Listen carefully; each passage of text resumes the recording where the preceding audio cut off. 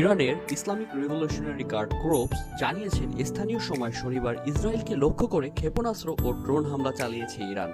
Iran ছাড়াও Iraq, Syria ও ইয়েমেনের থেকেও ৩০০রও বেশি ড্রোন, ক্রুজ ও ব্যালিস্টিক ক্ষেপণাস্ত্র নিক্ষেপ করা হয়েছে।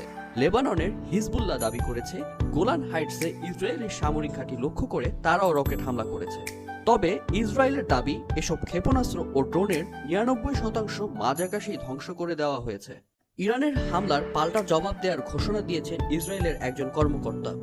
ইসরায়েলি ডিফেন্স ফোর্সের রিয়ার অ্যাডমিরাল হাগলি জানিয়েছেন, হাতে গোনা কয়েকটি ব্যালিস্টিক মিসাইল ইসরায়েলি ভূখণ্ডে আঘাত করতে পেরেছে, এতে সামান্য ক্ষয়ক্ষতি হয়েছে আর ১২ জন আহত হয়েছে। তবে ইরানের রাষ্ট্রীয় বার্তা সংস্থা ইরনা জানিয়েছেন, হামলায় ইসরায়েলি নেভাতিম বিমান ঘাঁটির ব্যাপক ক্ষয়ক্ষতি হয়েছে। ইরান ইসরায়েলকে সতর্ক করে দিয়ে বলেছে, এই হামলার জবাব দেওয়ার চেষ্টা করা হলে এর চেয়েও বড় হামলা চালানো হবে।